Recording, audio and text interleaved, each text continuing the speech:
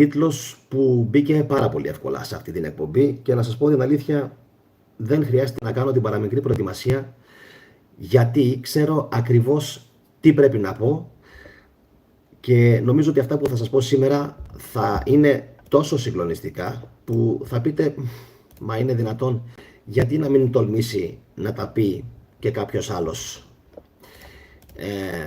Πριν ξεκινήσετε φυσικά, είτε να με κάνετε ήρωα μερικοί και να μου γράφετε μπράβο θετικέ και πολύ ωραία τα λες και συγχαρητήρια για την εκπομπή και όλα αυτά, να σας πω ότι δεν με ενδιαφέρει ούτε το μπράβο σας, ούτε το συγχαρητήρια θετικέ, ούτε το πες μας κι άλλα, ούτε μπράβο, πάμε γερά, αποκάλυψε πράγματα για τον καρκίνο, καμία σχέση. Θα το πω εξ αρχής ότι δεν είμαι γιατρός και ότι υπάρχουν άλλοι οι οποίοι είναι υπεύθυνοι και αρμόδιοι γι' αυτό και εννοείται ότι εκπομπές σαν και τη σημερινή κανονικά πρέπει ο κόσμος να τις παρακολουθεί ολόκληρες. Επαναλαμβάνω ότι δεν είμαι γιατρός, έτσι, δεν είμαι γιατρός, εντάξει, δεν είμαι γιατρός. Τώρα, να μην κάνετε εγγραφή στο κανάλι επειδή κάνω ένα βίντεο για τον καρκίνο, γιατί ξέρω ότι στο καπάκι θα φύγετε επειδή δεν θα σας αρέσουν τα βίντεο μου για τον χριστιανισμό, αν και τα έχω κλειδώσει και δεν υπάρχει πλέον ανοιχτή πρόσβαση σε αυτά. Αλλά ξέρω ότι επειδή πολλοί από εσάς είστε χριστιανοί και πονεμένοι και θα δείτε αυτή την εκπομπή και θα μπείτε στον πειρασμό να κάνετε εγγραφή, μην κάνετε εγγραφή. Απλά αξιοποιήστε τις πληροφορίες που θα πάρετε μέσα από αυτήν την εκπομπή. Τώρα, πάμε να ξεκινήσουμε να πούμε κάποια βασικά πράγματα για αυτήν την ασθένεια. Μου κάνει εντύπωση που η κοινωνία έξω κλαίγεται με πολύ μεγάλη ιστερία. Θέλουν να μας φάνε, θέλουν να μας σκοτώσουν, θέλουν να μας κάνουν. Παντού καρκίνος, παντού κόσμος υποφέρει, παντού κανείς δεν είναι καλά. Τα βλέπετε τα σχόλια αυτά, έτσι? Πολύ ωραία. Λοιπόν, να σας πω μονάχα ότι εγώ, με εξαίρεση τα μικρά τα παιδιά, έτσι, φυσικά όλους τους λυπάμαι, αλλά με εξαίρεση τα μικρά τα παιδιά, δεν με συγκινεί πλέον αυτό που συμβαίνει και θα σας εξηγήσω αμέσως εννοείται και για ποιο λόγο το λέω. Λοιπόν, εντάξει, επαναλαμβάνω ότι δεν είμαι γιατρός. Αλλά ακούστε ένα πάρα πολύ απλό παράδειγμα για να καταλάβετε όλοι πώς δουλεύει αυτός ο μηχανισμός και μου κάνει εντύπωση ότι ο κόσμος δεν το έχει καν καταλάβει και καν εμπεδώσει και είναι εντυπωσιακό ότι μέχρι και σήμερα, ενώ πολλοί ξέρουν την αλήθεια, δεν τολμάνε να τη βγάλουν προς τα έξω και φυσικά ας παραδεχτούμε εξ αρχής ότι ο καρκίνος είναι μια πολύ παραγωγική ασθένεια. Εντάξει, το έχουμε μέχρι στιγμής. Πρώτο λοιπόν είναι μια πολυπαραγωγική ασθένεια. Αυτό όμως είναι the tip of the iceberg που λέει ο κόσμος. Εγώ να σας κάνω μια άλλη ερώτηση. Λοιπόν, δεν δέχομαι καταρχάς πλάκες πάνω, γιατί μου γράφεις πάνω καλησπέρα γιατρέ, πλάκα σε κάνω. Στο ζήτημα αυτό δεν δέχομαι πλάκες. Λοιπόν, πάμε τώρα να μιλήσουμε όμως σοβαρά πάνω και οι λοιποί φίλοι που είστε στο live chat μέσα και πάμε να δούμε πραγματικά από πότε ξεκίνησε ο καρκίνος να διονγκώνεται σε νούμερα. Βλέπετε όχι μόνο στην έρευνα πάνω στο χριστιανισμό που κάνω, πάνω σε όλες τις έρευνες πρέπει να κοιτάζουμε κάτι που λέγεται χρονοδιάγραμμα. Το έχουμε όλοι. Πολύ ωραία. Υπάρχει λοιπόν κάτι που λέγεται χρονοδιάγραμμα έναρξης ή και επιδείνωσης ασθενειών.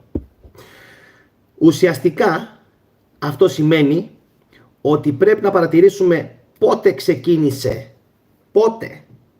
ξεκίνησε και ποιες μορφές καρκίνου ξεκίνησαν, έτσι, να διονγκώνονται και να εξφεντονίζονται. Καταρχάς θα σας πω, αν θέλετε να κάνετε like και να κοινοποιήσετε αυτό το βίντεο σε τουλάχιστον 3 άτομα. Μόνο έτσι θα βοηθήσετε να ανέβει στον αλγόριθμο. Τώρα, έλεγα λοιπόν ότι υπάρχει χρονοδιάγραμμα, έτσι. Και συνήθως καταλαβαίνουμε. Και όσοι δείτε την εκπομπή ολόκληρη, στο τέλος θα έχετε συμφωνήσει μαζί μου σε όλα 110%. Γι' αυτό μείνετε μαζί μου. Πρώτο, μεγάλο κεφάλαιο. το οποίο δεν το συζητάει κανείς μα κανείς.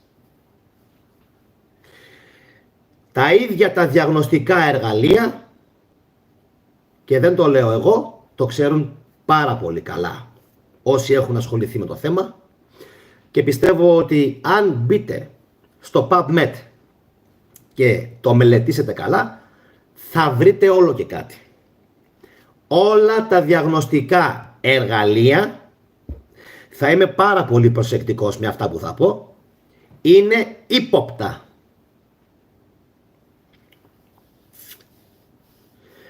Όλα. Αναφέρομαι και στη μαγνητική που κάνει ο κόσμος και στους αξονικούς τομογράφους και στις ακτινογραφίες, που σημαίνει ότι το άτομο δέχεται είτε μικρές είτε μεγάλες ποσότητες από ακτινοβολίες. Τώρα, τέλεια. Μιας λοιπόν και πιάσαμε αυτήν την ωραία τη λέξη ακτινοβολίες, πάμε τώρα να δούμε τη συνέχεια. Επαναλαμβάνω ότι δεν είμαι γιατρός, Λοιπόν, το τονίζω αυτό. Αν θέλετε οποιαδήποτε άποψη και γνώμη επαγγελματική, την παίρνετε από τον γιατρό σας. Μία ερώτηση όμως για το κατεστημένο το ιατρικό είναι η εξής. Πού ξέρεις η ακτινοβολία που δέχεται το σώμα σου σήμερα, πού ξέρεις πώς θα επηρεάσει τα κύτταρά σου αύριο? Απάντησέ μου. Πού το ξέρεις? Έχει λογική αυτό που λέω? Πάντα έχει λογική. Μπορεί ένας να πίνει, προσέξτε, καθημερινά αλκοόλ και να μην πάθει κύρωση του ύπατος στο σηκώτη. Άλλος μπορεί να πίνει λιγότερο και να πάθει. Τι είναι αυτό? Κυταρική προδιάθεση λέγεται. Ωραία. Μάλιστα. Κυταρική προδιάθεση. Άρα λοιπόν, εφόσον υπάρχει η κυταρική προδιάθεση για να εκδηλωθεί κάτι στο μέλλον, γιατί εμείς παίζουμε κορώνα γράμμα την υγεία μας? Και εδώ είναι κάτι το οποίο μου κάνει πολύ μεγάλη εντύπωση. Συνήθως η ιατρική προσπαθεί να μας πείσει ότι, και καλά κάνουν, ότι το καλό που πάμε να κάνουμε με τον αξονικό τομογράφο, με τη μαγνητική, με τον υπέρηχο και με την ακτινογραφία, ότι αυτά που θέλουμε να βελτιώσουμε και να θεραπεύσουμε είναι, αν τα βάλεις σε ζυγαριά, πιο σημαντικά από την ακτινοβολία που δέχεσαι. Ωραία. Άρα φταίμε κι εμείς και φταίμε μόνοι μας.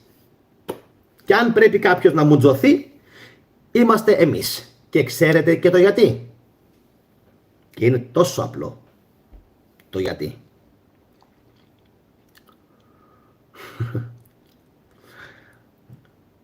Όταν αρχίζει να βομβαρδίζεται το έμβριο, άσε τώρα τι λένε, με ακτινοβολία, με υπέρηχους, ήδη πριν την γέννησή του, το πράγμα για μένα θεωρείται προδεδικασμένο. Τελείωσε.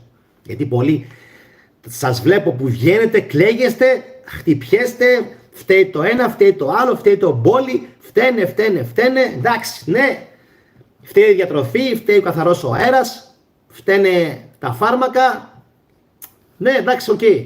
Συμφωνώ με όλα αυτά, συμφωνώ.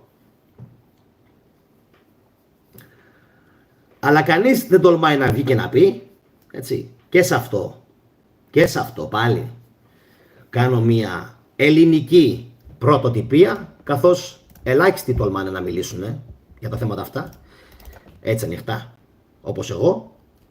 Επαναλαμβάνω, αν με βλέπεις πρώτη φορά, έτσι, και με αυτά που λέω συμφωνείς, κάνε εγγραφή, ιδάλλως δεν πειράζει, δεν θα τα χαλάσουμε σε αυτό.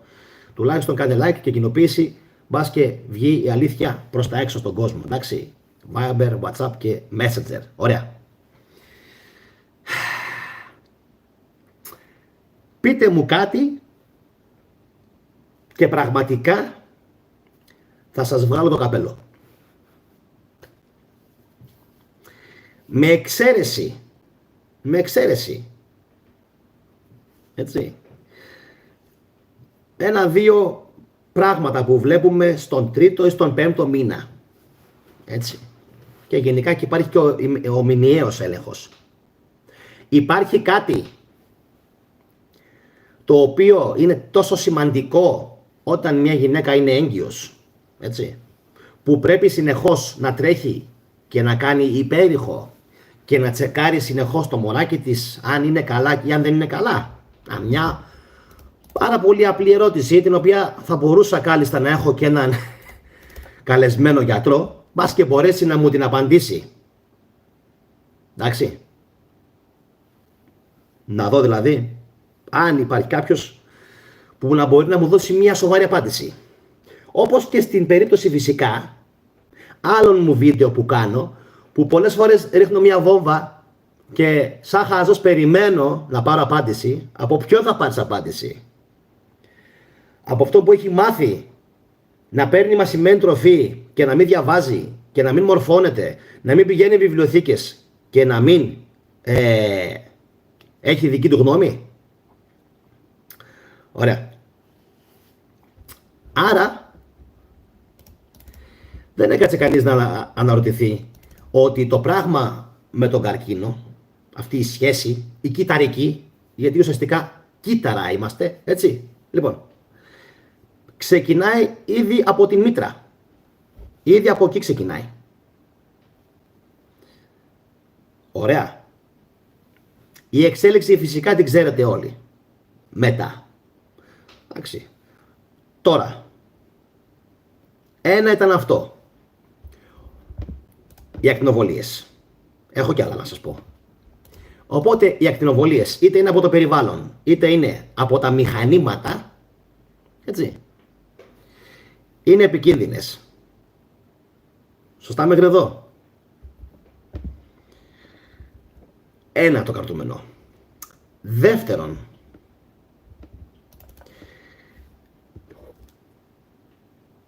χρήση αντιλιακών. Άλλο μεγάλο κεφάλαιο. Αν παρατηρήσετε, τώρα δεν έχω, κάνω εκπομπή από το κινητό, έτσι. Αν μπείτε και παρατηρήσετε κάποιες στατιστικές με πολύ ωραία γραφήματα, τώρα δεν μπορώ δεν έχω τον υπολογιστή. Θα δείτε το εξής απίστευτο και πραγματικά είναι πάρα πολύ εντυπωσιακό. Τι? Ότι με την χρήση του αντιλιακού άρχισαν να εκτοξεύονται, και δεν τα λέω εγώ αυτά, ας βγουν όλοι οι ιατρικοί σύλλογοι να μου πούνε αν έχω άδικο ή όχι. Δεν χρειάζεται να βγουν, το ξέρουν πάρα πολύ καλά.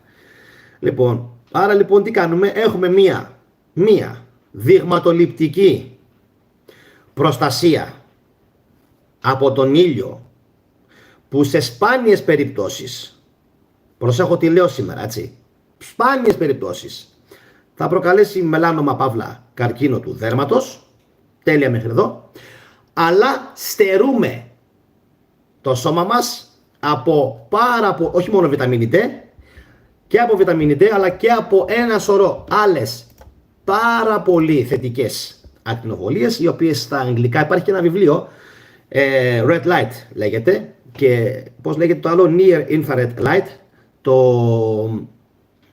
έτσι, ναι, το ερυθρό φως και το σχεδόν Near Infrared, εντάξει, Λοιπόν, τα οποία είναι πάρα πολύ ωφέλιμα για τα κύτταρά μας. Ωραία, για τα κύτταρα του ανθρώπου. Ενώ οι ίδιοι μας λένε ότι δεν είναι και τόσο υγιεινά για το σώμα μας. Μπορεί λοιπόν κάποιος να δώσει μια σοβαρή απάντηση?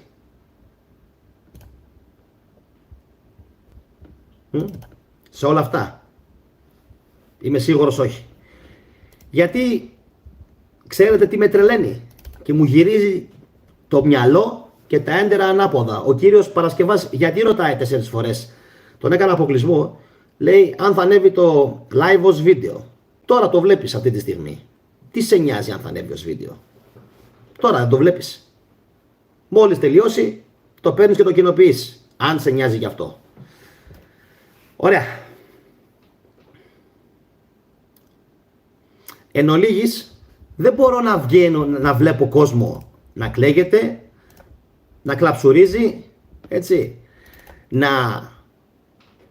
χτυπιέται, γιατί να το πάθουμε αυτό, γιατί να πάθουμε εκείνο, γιατί να πάθουμε το άλλο. Μωρή, μόνη σου τρέχεις και πας εκεί που πηγαίνεις. Δεν σε αναγκάζει κανείς να πας. Εντάξει. Υπάρχουν στην Αφρική εκατομμύρια γυναίκες που γεννάνε χωρίς καμία βοήθεια. Το πρόβλημα στην Αφρική είναι το μετά. Δεν υπάρχει τροφή, δεν υπάρχει καθαρό νερό, δεν υπάρχουν φάρμακα. Έτσι. Άρα έχουμε και λέμε, ένα είναι οι ακτινοβολίες, το δεύτερο είναι η υπερβολική χρήση αντιλιακού, που εννοείται ότι, έτσι, με normal δόσεις δεν πρέπει να βλάπτει και ιδιαίτερα. Και πάμε στο τρίτο, που για μένα παίζει πολύ μεγάλο ρόλο, και είναι η γείωση και οι φλεγμονές. Η γείωση και οι φλεγμονές.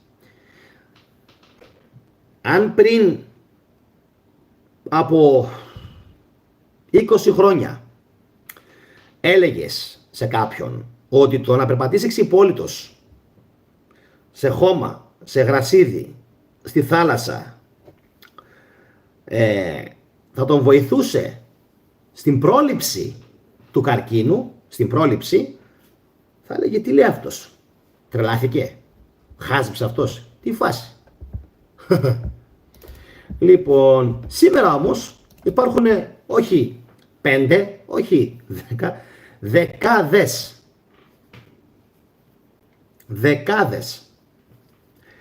έρευνες οι οποίες δείχνουν ότι συνδέεται η χρόνια φλεγμονή με τον καρκίνο. Η χρόνια φλεγμονή με τον καρκίνο. Μην γράφετε μερικοί ό,τι να είναι στο live chat. Δείτε την εκπομπή από την αρχή.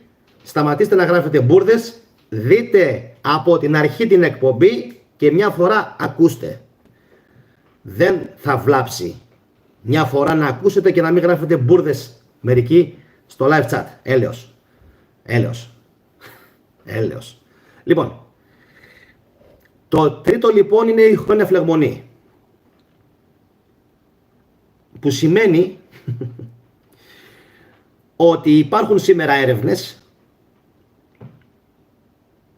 που δείχνουν ότι η γείωση μπορεί να κάνει καταπληκτική δουλειά στο σώμα και να μειώσει τη φλεγμονή, άρα και τον πόνο που αισθανόμαστε αρχικά, γιατί αρχικά η φλεγμονή είναι πόνος, πόνος στα γόνατα, πόνος στους αγκώνες, πόνος στις αρθρώσεις, πόνος παντού, εντάξει.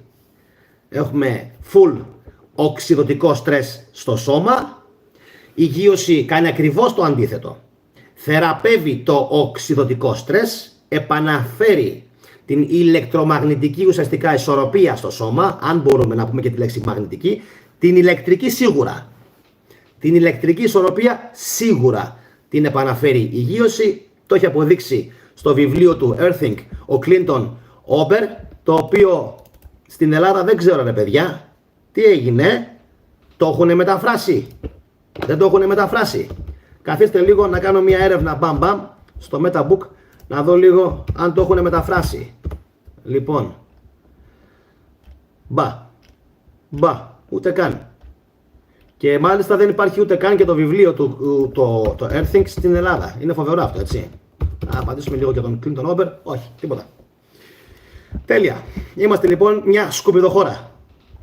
Αν είναι δυνατόν, ο άνθρωπος έχει γράψει ένα αριστούργημα. Ξεφτυλισμένη χώρα. Ο άνθρωπος έχει γράψει ένα αριστούργημα. Ωραία. Το Earthing. Γείωση. Ωραία. Γιώνομαι. Γύρω από την γείωση και τι τεράστιες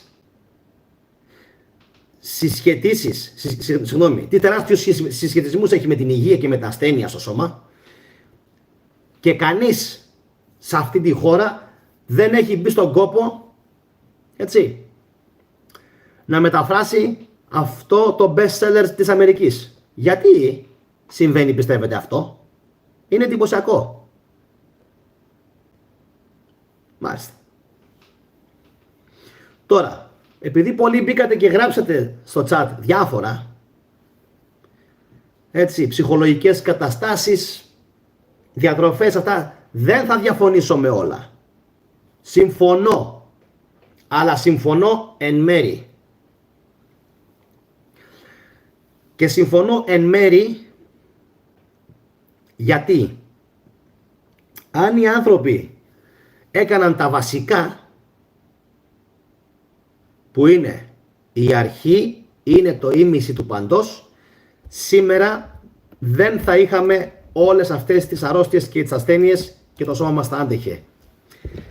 Έχετε καταλάβει καθόλου εδώ και 22 λεπτά τι θέλω να σας πω? Τι θέλω να σας πω? Το πρόβλημα, και σε αυτό θα με στηρίξουν και οι γιατροί, δεν ξεκινάει στα 12 έτη. Δεν ξεκινάει στα 18 έτη. Δεν ξεκινάει στα 25 έτη. Δεν ξεκινάει στα 35 έτη. Αυτό που δεν έχουν καταλάβει ούτε οι Ελληνίδες, δυστυχώς, αλλά ούτε και οι σύζυγοί τους, είναι ότι το πρόβλημα ξεκινάει από εδώ. Από εδώ. Και από εδώ ξεκινάει και η έκθεση του βρέφους, έτσι, λοιπόν, του μωρού,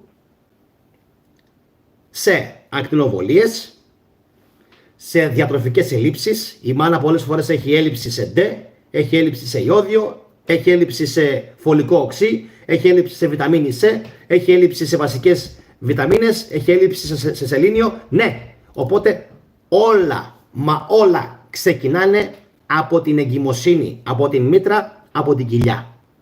Και εκτός από τις νοχελικές στην εποχή μας μητέρες, που όταν είναι έγκυες δεν πάνε μια βόλτα σε ένα δάσος να κάνουν forest bathing, έτσι λέγεται. Βλέπετε πόσα ξέρω. Κρίμα που δεν υπάρχει ποιότητα στην Ελλάδα να το αναγνωρίσει αυτό. Τέλος πάντων. Αντί λοιπόν να κάνουν forest bathing, που είναι μια σύγχρονη επιστήμη σχεδόν στην Ιαπωνία και στην Αμερική, μου βγάζουν τις εγκυμοσύνες μέσα σε κολόσπιτα, μέσα σε κύβους, μέσα σε κλουβιά, και θέλουν και να είναι και αυτές υγιείς και τα παιδιά τους υγιή. Δεν πρόκειται, φιλενάδα. Δεν πρόκειται. Ξέχασέ το. Εντάξει. Αν το πράγμα βρωμίσει από την αρχή και δεν γίνει καλό ξεκίνημα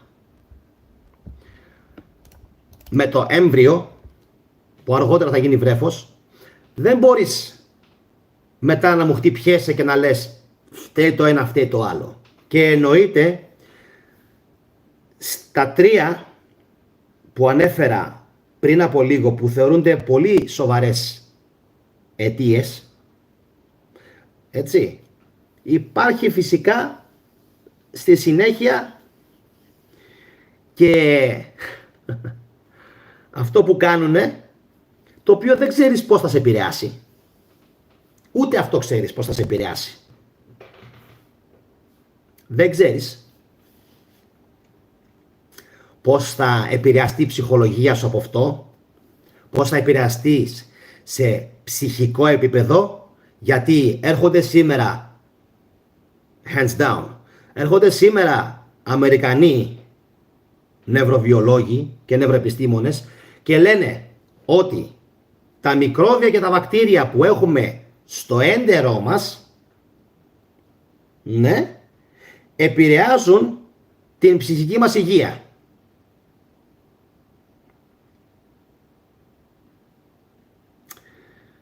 Είναι δυνατόν? Όχι μόνο επηρεάζουν την ψυχική μας υγεία, τα μικρόβια που έχουμε στο έντερό μας επηρεάζουν επίσης και τη συνολική έκβαση της υγείας μας. Από το πιο απλό που είναι μία δυσκυλιότητα μερικών ημερών, μέχρι χρόνια δυσκυλιότητα, έτσι, μετά χρόνιες φλεγμονές, αρθριτισμός, όπως χαρακτήριζε την ασθένεια ο Ευθυμιάδης, και στη συνέχεια κακαρώνεις.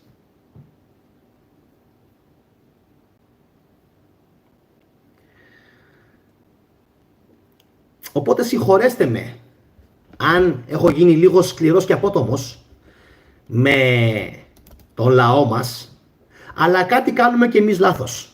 Δεν μπορεί. Και δεν είναι μόνο εδώ, δεν είναι μόνο εδώ, είναι παντού. Προσέξτε, δεν είναι μόνο εδώ, είναι παντού. Για παράδειγμα, οι νέγροι, οι μαύροι. Οι νέγρικοι πληθυσμοί, έτσι, οι νέγρικοι πληθυσμοί έχουν σχεδόν τετραπλάσιες πιθανότητες να πάθουν οποιοδήποτε είδος καρκίνου. Ξέρετε όμως και το γιατί?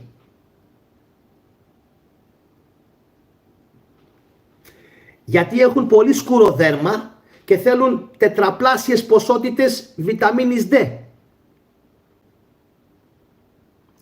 Οι εκθέσεις στον ήλιο. Η έκθεσή τους στον ήλιο να είναι πολύ πιο παρατεταμένη. Γιατί το σκούρο δέρμα τους δεν τους επιτρέπει να απορροφήσουν τόσο εύκολα την ηλιακή ακτινοβολία που είναι απαραίτητη για να συνθέσουν βιταμίνη D. Το ήξερες αυτό? Οπότε όσο πιο σκούρος είσαι, ναι μεν έχεις τόσο πιο πολύ προστασία από τις βλαβερές ακτινοβολίες του ήλιου, αλλά και τις καλές του δεν τις απορροφάς τόσο εύκολα για να συνθέσεις βιταμίνη D. Να ξέρετε, τα λένε όλα τα ιατρικά journals, αυτά που σας λέω. Δεν τα βγάζω από το μυαλό μου. Μπορεί αυτά που σας λέω να φαίνονται τόσο μα τόσο απλά, αλλά δεν είναι. Δεν είναι. Δεν θα έβγαινα να μιλήσω για αυτήν την ασθένεια, έτσι, αν δεν υπήρχαν έρευνες που να πιστοποιούν τα όσα λέω, και είμαι σίγουρος, επαναλαμβάνω, ότι όποιος γιατρός, έτσι, ασχολείται σε προληπτικό επίπεδο και είναι ογκολόγος, θα μου πει μπράβο σου παλικάρι μου, έτσι ακριβώς είναι. Τουλάχιστον ο γιατρός ο οποίος είναι ηθικός και τηρεί τον όρκο του Ιπποκράτη ότι δεν πρέπει να βλάπτεις. Ωραία. Και εδώ λοιπόν έρχεται τώρα το βασικό φωνικό ερώτημα. Δεν πρέπει να βλάπτεις.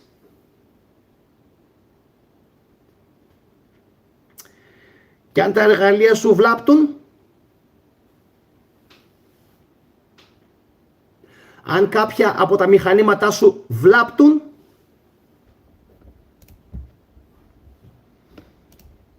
να πω και κάτι ακόμα.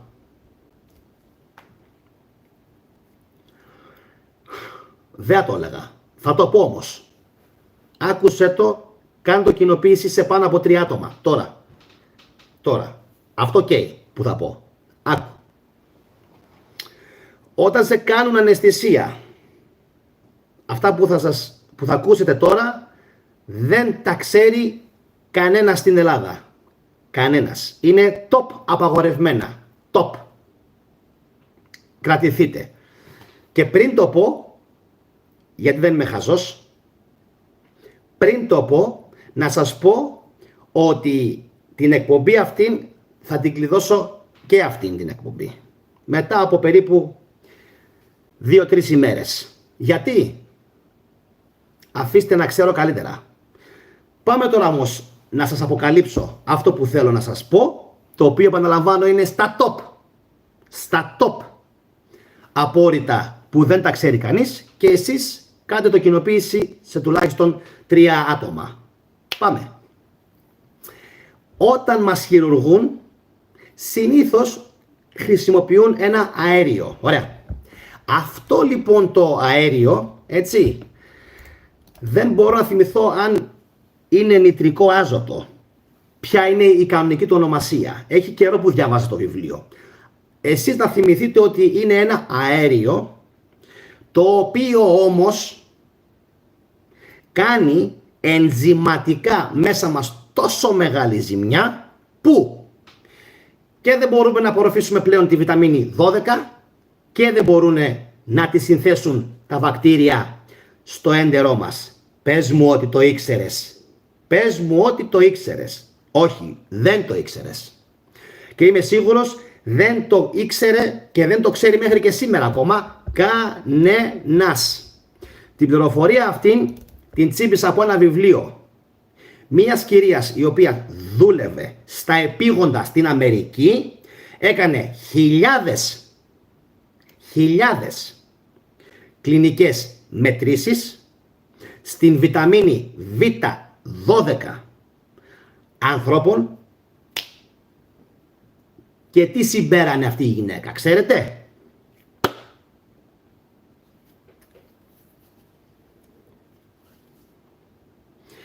Ότι οι άνθρωποι, κρατηθείτε επαναλαμβάνω και κοινοποιήστε το σε πάνω από 3 άτομα, ότι οι άνθρωποι οι οποίοι είχαν χαμηλά επίπεδα της ζωτικότατης βιταμίνης Β12, όλοι μα όλοι είχαν χειρουργηθεί και είχαν κάνει χειρουργείο με αναισθησία τουλάχιστον 1 φορά στη ζωή τους. Το ξέρατε? Όχι. Κοινοποιήστε το λοιπόν.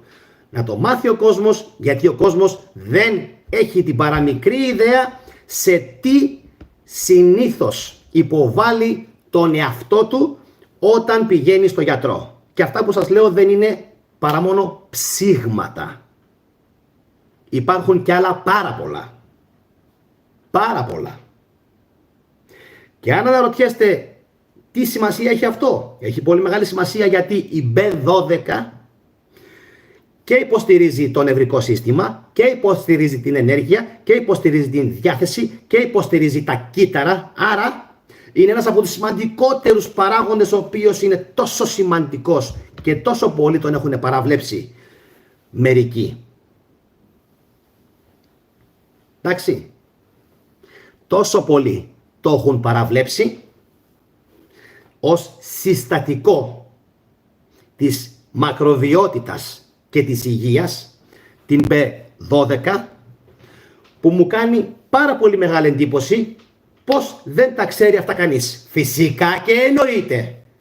Το βιβλίο αυτής της νοσηλεύτριας, γιατί είναι νοσηλεύτρια και για να προλάβω μερικούς, ο άντρας της είναι γιατρός στα επίγοντα. Αυτή δούλευε στα επίγοντα νοσηλεύτρια και ο άντρας της ήταν γιατρός. Και τι διαπίστωσε? Ότι όλοι μα όλοι οι ασθενείς της που είχαν χαμηλά επίπεδα B12 μέσω 4 εξετάσεων που γίνονται, προσέξτε με λίγο, γιατί B12 θα τα πω στο μέλλον. Μην κάνεις εγγραφή, μην μαθαίνεις την αλήθεια, μην είναι ζώο. Εντάξει, δεν θέλω να κάνεις εγγραφή. Δεν θέλω να κάνεις εγγραφή αν δεν έχεις κάνει ήδη τόσα χρόνια. Εντάξει. Έτσι με έχετε κατατήσει πλέον να μιλάω. Επαναλαμβάνω, μην κάνεις εγγραφή. Δεν σε θέλω στο κανάλι. Αν είχες κάνει παλιά εγγραφή και έκανες απεγγραφή, εντάξει, δεν θέλω. Δεν θέλω. Πες ότι δεν με ξέρεις. Λοιπόν, γιατί έτσι είμαι. Αλλά θα το πω ξανά. Ότι αυτή η γυναίκα δεν είναι με τυχαία γυναίκα που έκανε αυτές τις δηλώσεις. Το βιβλίο της φυσικά δεν έχει κυκλοφορήσει στην Ελλάδα. Εντάξει. Το πώς λέγεται το βιβλίο της και αυτή θα τα πω στο μέλλον. Δεν χρειάζεται να το πούμε σήμερα. Επαναλαμβάνω όμως ότι αυτή η γυναίκα δούλευε στα επίγοντα νοσηλεύτρια, είχε σύζυγο γιατρό και μπόρεσε να πιστοποιήσει μέσω 4, επαναλαμβάνω, εξετάσεων ότι οι άνθρωποι που είχαν υποβληθεί στο παρελθόν σε χειρουργική επέμβαση με αναισθησία ολική, με συγκεκριμένη χρήση αναισθητικού, όλοι είχαν χαμηλά επίπεδα της ζωτικής βιταμίνης Β12. Εντάξει είμαστε. Εντάξει είμαστε. Επαναλαμβάνω ότι δεν θέλω να κάνετε εγγραφή στο κανάλι αν δεν έχετε κάνει ήδη τόσα χρόνια που μερικοί που με βλέπετε. Όσοι είχατε κάνει απεγγραφή, μην γελαστείτε ότι σας θέλω πίσω στο κανάλι επειδή έκανα ένα βίντεο για τον καρκίνο και επειδή είπα κάτι σημαντικό. Έχω πει χιλιάδες σημαντικά πράγματα. Το μόνο που με ενδιαφέρει είναι να κάνετε τριπλή κοινοποίηση μέσω WhatsApp, Messenger και Viber σε ανθρώπους που πραγματικά το έχουν ανάγκη.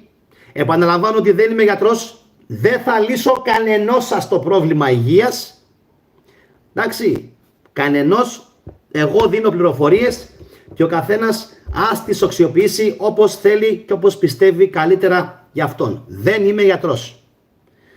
Θέλεις γνώμη, πάρε τη γνώμη του γιατρού σου. Εγώ είμαι εδώ για να σου μεταφέρω κάποιες πολύ σημαντικές εγκυκλοπαιδικές γνώσεις και από εκεί και πέρα το τι χειρουργία θα κάνετε και το τι πιστεύετε για το καρκίνο και για την B12 και για την D είναι δικό σας θέμα. Δεν έχω να πω κάτι άλλο. Το βίντεο θα κλειδώσει σε 48 ώρες. Καλό απόγευμα. Τα λέμε το βράδυ στο επόμενο βίντεο. Μωυσής και Ιησούς Χριστός.